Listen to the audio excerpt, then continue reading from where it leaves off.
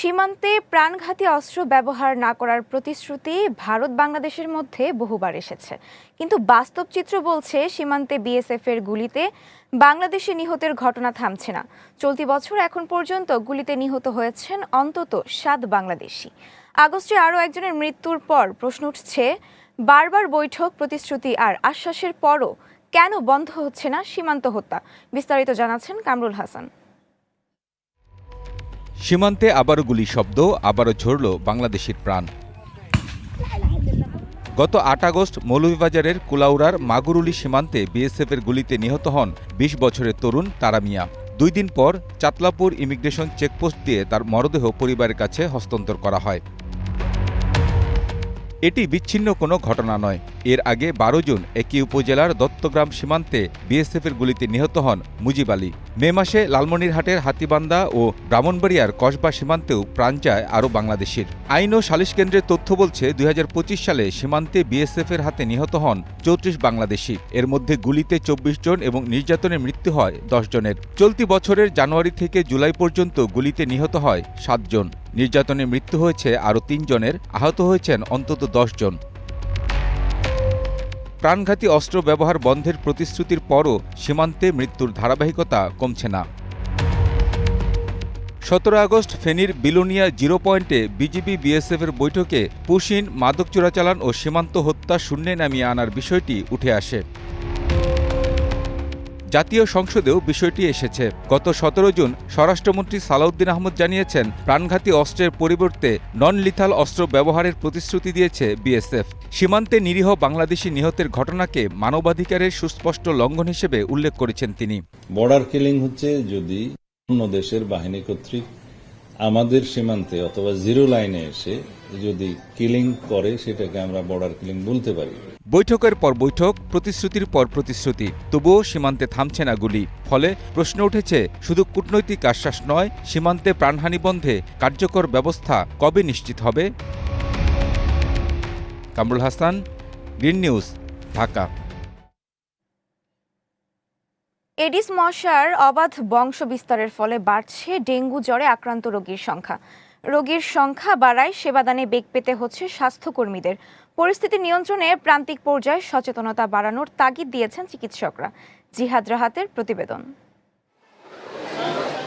গত বছরের তুলনায় চলতি বছরের আগস্টে এডিস মশার উপদ্রব ব্যাপক মাত্রায় বেড়েছে। ফলে ডেঙ্গু জ্বর চোখ রাঙাচ্ছে নারী, শিশু, বৃদ্ধ থেকে শুরু করে সব বয়সী মানুষকে। মশার কামড়ে যেমন বাড়ছে রোগীর সংখ্যা, তেমনি বাড়ছে উদ্বেগ। প্রান্তিক পর্যায়ে চিকিৎসা না পেয়ে অনেকে ছুটছেন রাজধানীর চিকিৎসালয়ে।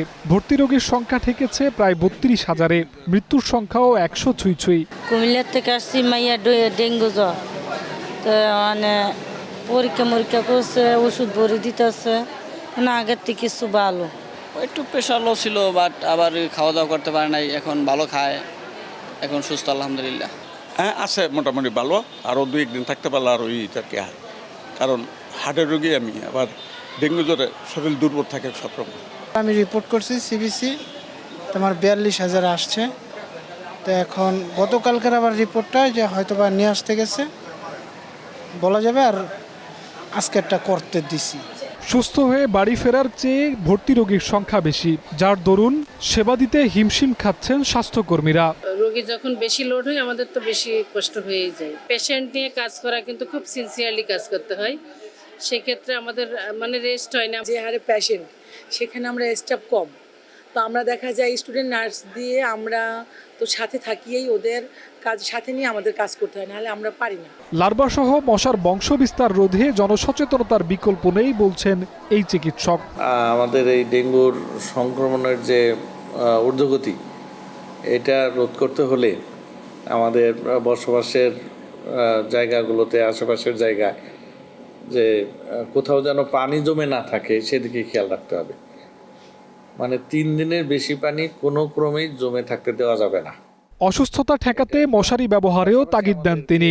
মশারিটা নিয়ে ঘুমাতে হবে, মশারির ব্যবহার এটা আমাদের অভ্যাসে পরিণত করতে হবে। ডেঙ্গু জীবাণুবাহী মশা বেশিরভাগ কামড়ায় হচ্ছে সূর্যোদয়ের আগে পরে, সূর্যাস্তের আগে পরে। অন্তত এই সময়গুলোতে আমাদের শরীরটাকে যতটা সম্ভব যদি আবৃত করে নিয়মিত মনিটরিংয়ে এ রোগের বিস্তার নিয়ন্ত্রণ সম্ভব বলেও মত দেন তিনি। জিহাদ রাহাত, গ্রিন নিউজ, ঢাকা। মানিকগঞ্জের বাজারে আসতে শুরু করেছে শীতের সবজি।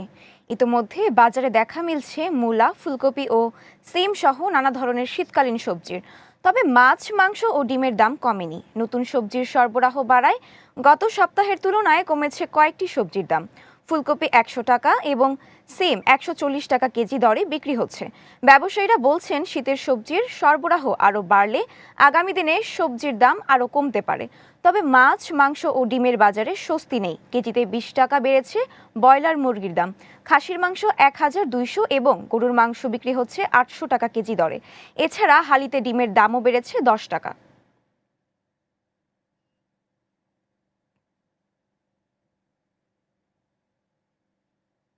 কক্সবাজারে হোটেল রেনেসার বারে কথা কাটাকাটির জেরে দুই পক্ষের সংঘর্ষে 2 যুবক নিহত হয়েছে। বৃহস্পতিবার রাত 11:30টার দিকে এই ঘটনা ঘটে। পুলিশ জানান, বারে মদ্যপান ও বসার জায়গা নিয়ে বাগবিতণ্ডায় জড়িয়ে পড়ে কয়েকজন যুবক। এক পর্যায়ে এলোপাথারি ছুরিকাঘাতে প্রাণ হারায় রাশেদ নামের এক যুবক। নিহত রাশেদের লোকজন অপর গ্রুপের সোলাইমানকে ধরে মারধর করে পুলিশের হাতে তুলে দেয়। গুরুতর আহত অবস্থায় হাসপাতালে নেওয়ার পথেই তার মৃত্যু হয়।